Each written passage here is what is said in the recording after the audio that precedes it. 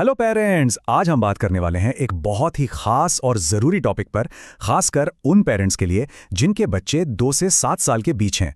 अक्सर ऐसा लगता है ना कि बच्चे कितनी जल्दी बड़े हो रहे हैं, है ना। एक पल में तो वो इतने छोटे से होते हैं और अगले ही पल उनकी एनर्जी, उनके सवाल, बस पूछे मत। अगर कोई अपने बच्चे के भविष्य के लिए एक मजबूत नींव तैयार करना चाहता है तो ये जानकारी उनके बहुत काम आने वाली है। तो चलिए इस कॉन्सेप्ट को थोड़ा और समझते हैं। एक्सपर्ट्स 2 से 7 साल की उम्र को द गोल्डन विंडो यानी सुनहरा दौर कहते हैं। ये वो टाइम है जो एक बच्चे की पूरी जिंदगी की सक्सेस को शेप कर सकता है। ये सिर्फ एक एज ब्रैकेट नहीं है, ये एक बहुत बड़ी अपॉर्चुनिटी है। इसको ऐसे सोचिए जैसे कोई बहुत बड़ी और शानदार बिल्डिंग बन रही हो। ये जो समय है ना, ये उस बिल्डिंग की नींव रखने जैसा है। और हम सब जानते हैं, अगर नींव मजबूत हो तो बिल्डिंग हमेशा टिकी रहती है। और ये सिर्फ कहने की बात नहीं है, इसके पीछे सॉलिड साइंस है। क्या आप जानते हैं कि जन्म से सिर्फ 5 साल की उम्र तक एक बच्चे का दिमाग अपने अडल्ट साइज का लगभग 90% तक पहुंच जाता है। सोचिए जरा कितनी तेजी से ये डेवलपमेंट हो रहा है। ये वो टाइम है जब बच्चा सिर्फ चीज़ों को देखता नहीं है, बल्कि वो सोचना सीखता है, याद रखना सीखता है और प्रॉब्लम सॉल्व करना सीखता है। इस सुनहरे दौर में उन्हें जो भी एक्सपीरियंस मिलते हैं वो सीधे सीधे उनके भविष्य के सीखने की काबिलियत पर असर डालते हैं। तो चलिए देखते हैं कि इस मौके का फायदा कैसे उठाया जा सकता है। तो हमारी पहली टिप बच्चे के नेचुरल क्यूरियोसिटी से जुड़ी है। आपने नोटिस किया होगा 2 से 7 साल के बच्चे हर चीज के लिए क्यों और कैसे पूछते रहते हैं।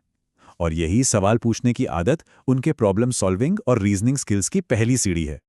इसे करने के 3 बहुत आसान तरीके हैं। पहला, जब बच्चा कुछ पूछे तो उन्हें सीधे जवाब देने के बजाय पलटकर सवाल पूछिए। दूसरा, उनके खेल को सीरियसली लीजिए। एक केले को फोन बनाकर बात करना या चादर से टेंट बनाना, ये सब उनके दिमाग की नींव को मजबूत कर रहा है। और तीसरा, रोजाना सिर्फ 5 से 10 मिनट उनके साथ किताबें पढ़िए। अब इस स्लाइड पर जो सवाल है ना, तुम्हें क्या लगता है?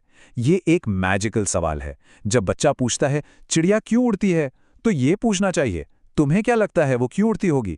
इस एक सवाल से हम उन्हें जवाब रटाने के बजाय सोचना सिखाते हैं। चलिए अब दूसरी टिप पर आते हैं। 2-3 साल के बच्चे जब बहुत ज्यादा जिद करते हैं या रोते चिल्लाते हैं तो ये बहुत कॉमन है।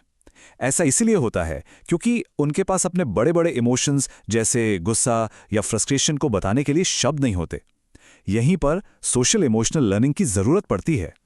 तो ऐसे में क्या किया जा सकता है? सबसे पहले जब बच्चा रो रहा हो तो उसे चुप हो जाओ कहने से पहले उसके इमोशन को एक नाम दीजिए। दूसरा, पूरे दिन उनसे बातें करते रहिए। पूछिए कि स्कूल में क्या हुआ, दिन कैसा था। इससे उनकी लैंग्वेज और मेमोरी मजबूत होती है। और हाँ, उनका हर पल किसी एक्टिविटी से भरने की जरूरत नहीं है। थोड़ी सी बोरियत उनकी क्रिएटिविटी के लिए बहुत अच्छी है। और यह स्लाइड बहुत अच्छे से बताती है कि ये कैसे करना है।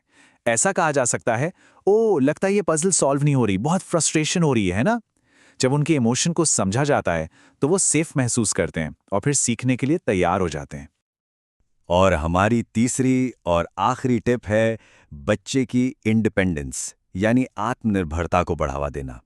इस उम्र में बच्चे मैं खुद करूंगा या मैं खुद करूंगी कहना शुरू कर देते हैं। आज़ादी की ये भावना उनके डेवलपमेंट के लिए बहुत जरूरी है। इसे करने के भी 3 सिंपल उपाय हैं। उन्हें घर के छोटे मोटे काम दीजिए, जैसे टेबल पर नैपकिन लगाना। इससे उनमें जिम्मेदारी की भावना आती है।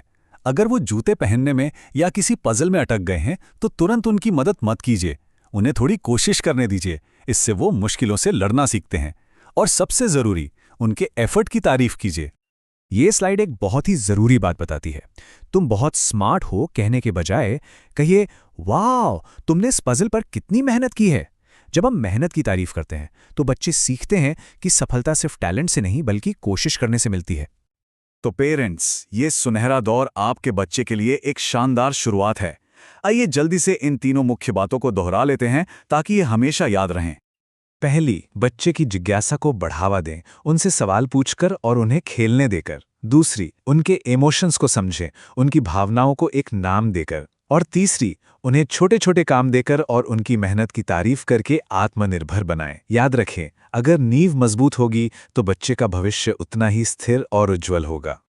और अब जाते जाते एक सवाल, आज बताई गई टिप्स में से ऐसी कौन सी टिप है जो सबसे आसान लगती है, जिसे आज से ही आजमाया जा सकता है? इस पर जरूर सोचिएगा, क्योंकि छोटे छोटे कदम ही एक मजबूत भविष्य की नींव रखते हैं।